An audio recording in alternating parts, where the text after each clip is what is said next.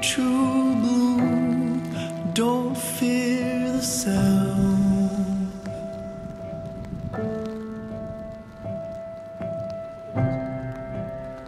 True blue, echoes from the past won't turn me round. You know me, you know me, you know me.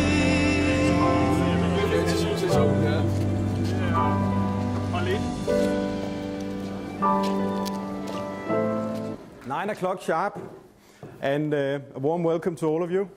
I know you have all been extremely excited about today. It's important for all of us to understand that within this room we are 16 people, 16 individuals with a very different background, as you just heard. And we have one of the biggest responsibilities or the biggest potentials in modern history in business.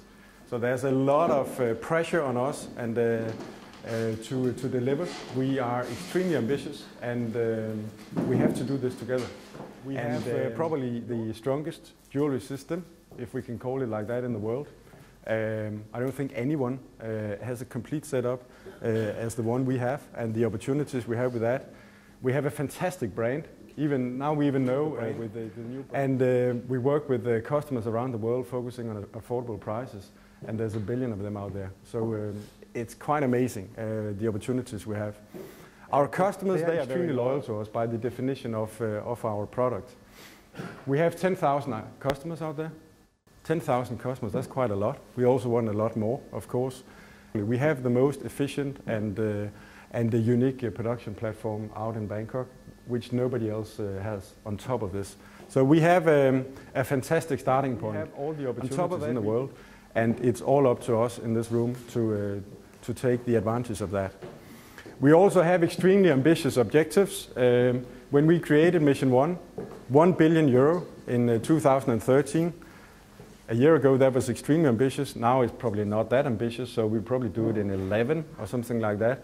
But it's still, we're going to build a company basically in 10 years doing what it took Lego 100 years to build, just to use that. So that is relatively ambitious. We're going to grow at least 30 to 40% a year to do that. And we know so people looking on us, whether it's the board or someone from the outside, looks on a fantastic company.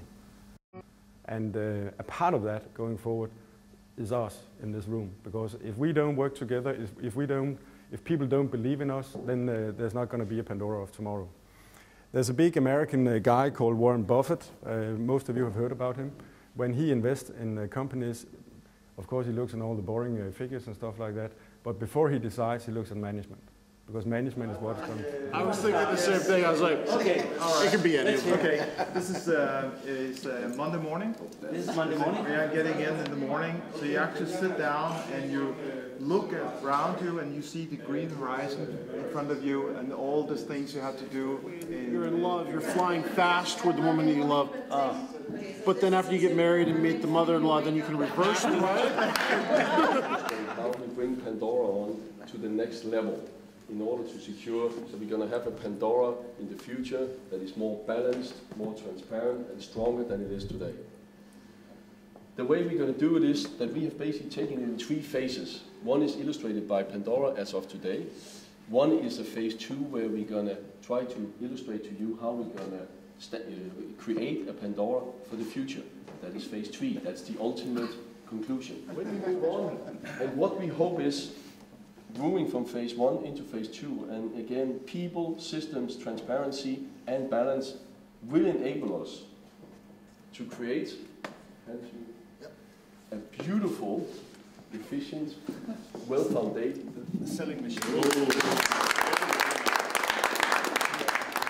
Where we have the Pandora company with all the value that is in the existing company.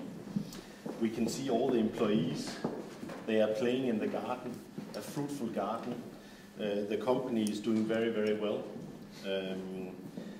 We're very, very good at producing. We are tackling back by having our vision, mission.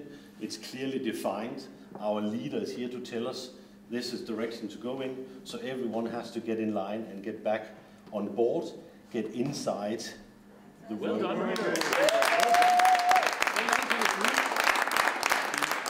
What I'd like to get out of this management, what can I call it? Management journey, actually, is that we get a vision and mission, a common vision and mission in place. And what I've done here is actually have all the people, all of us, not only the management, all the people, from the shop floor to the management. And what I'd like to have is that we have a common platform that we start from. And we can only do that together with all the people if we have the right points out there. We mean the same thing. We mean the same thing when we talk to the people.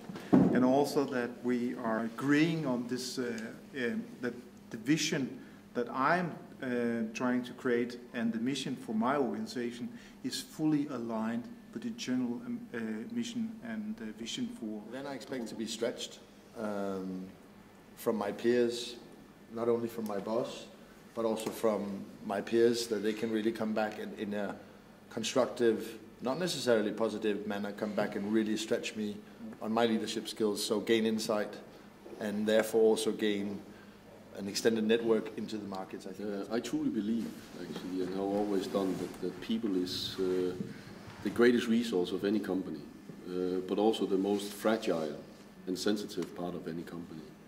And given that fact, I'm extremely happy that I'm a part of this development program. What I hope is that this journey is going to give me two things, basically of the same coin, and that is, one is the business part, and one is a personal part. But I do believe that these two things are combined. In the end of the day, if you're not a happy person privately, then you don't function very good in your professional life. Common platform based on systems in good and bad, but we need those. We need clarity, we need transparency, and that we are aligned about those. That is my greatest hope on the business part. Because if we don't get aligned, how can we expect the rest of the organization and the people that we work with to ever achieve anything that we want to dream about? And that's actually what it's about. It's about dreams that we want to fulfill. I'm also one of the guys who's been along for a long journey, and this I try to illustrate here. What I've been doing for the last 5 years is I try to build a wall. It's not the new Berlin Wall. It's actually a wall between Pandora and the German people, and I think I managed with that. And it was a very exciting journey for me that I had the last 5 years with Pandora. But now it's time for a change, and I'm ready to take a new change. I'm ready to learn something new, and that's actually what I'm going to use this management journey for. That is to learn something new about business. Okay, I don't hope, but I'm sure I'll widen my horizon, be on this trip with all you great guys, and this symbolizes my bad sides, and I hope the trip can help me identify these and show these away. And at last, this symbolizes, as Henrik said, that I hope to get some more hair on my head. Decided I wanted to be Superman, but actually that's a bit too easy. So I thought about the letter S and try to figure out if there's anything that actually works with the letter S that I want to achieve. And I think the first one here will recognize it's Sanuk. It's Thai and it means fun. I'm really hoping that we will have a lot of fun on this journey either way. But then on a personal level, I want to be stronger, which has to do with discovering yourself, which is also an S. I want to learn how to support, and I'm hoping I will get support. Stretched was a word Hans used, that's also an S. Hoping to expand my knowledge and my capabilities. Shortcomings, to uncover some of those, like here, and see if we can work around those. I want to see something new, that's also an S. Smiling also starts with S. Sharing this journey, doing this together. Adding some skills along the way would be great. For the group, I hope we will be able to synchronize and somehow make it all smoother. That's also an S. Superman. I hope that in 10 years from now, we will be sitting, thinking back of this journey as a fantastic experience that created friendship and common similarities, and yeah, to define our goals towards our big goal, and then prioritize as well, so we don't get covered in all our goal settings as well, and align expectations and keep it simple and stupid. I believe that leadership is creating results through others, and in order to do so, I've divided my body into 3 parts. What drives my thinking, what drives my feelings, and what drives my actions. And I think in getting a lot of more insight into that will help me being a better leader. And I believe if doing so around the table, hopefully I can make somebody else see something about themselves, and hopefully I can get even better. And that is symbolizing us on our team here. So at the end of the day, I hope to be even better here to create results at the end of this process, so I can be able to deliver results through others and finding the right path in order to do so. I hope that the concerns and the worries that I have about working with headquarters as a central as the central part of our company is going to disappear, and I'm going to end up understanding some of the vision, or be aligned, as John said, because I'm not necessarily 100% aligned as we should be as a group. Yeah, someone has to be the last, so everything I thought I wanted to say I think has been said at least 1 or twice. But I would like to take a few things Teresa said. I came to the group here today expecting to meet 15 people with different skill and mindsets to myself. I know that we all share certain things, but in total there are lots of things that I would like to pick out.